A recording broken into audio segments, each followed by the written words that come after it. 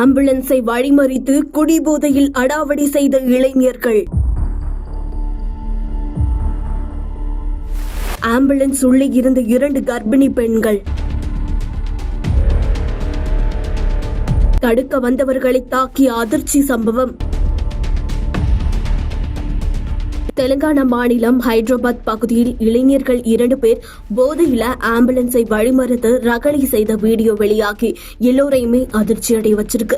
நள்ளிரவு 2 மணிக்கு கர்ப்பிணி பெண்கள் 2 பேரை ஒரு மருத்துவமனையில் இருந்து வேறு ஒரு மருத்துவமனைக்கு அழைத்து செல்ல ஆம்புலன்ஸ் புறப்பட்டிருக்கு. அந்த நேரம் ஆம்புலன்ஸ் பின்னாடி வந்த இனோவா கார் தொடர்ச்சியா ஹார்ன் அடிச்சுக்கிட்டே இருந்திருக்காங்க. ஆம்புலன்ஸ் வழிவிடாததால் ஆத்திரமடைஞ்ச இனோவா கார்ல இருந்த இளைஞர்கள் ஆம்புலன்ஸை வழிமறிச்சு வாக்குவாதத்துல ஈடுபட்டிருக்காங்க. அது மட்டுமல்ல, வாக்குவாதத்தின் போது ஆம்புலன்ஸ் ஓட்டுநரையும் தாக்கியிருக்காங்க. சம்பவம் நடந்த இடத்துக்கு பக்கத்துல இருந்த மால் வாட்ச்மேன் தடுக்க வந்ததால் அவரையும் தாக்கியிருக்காங்க.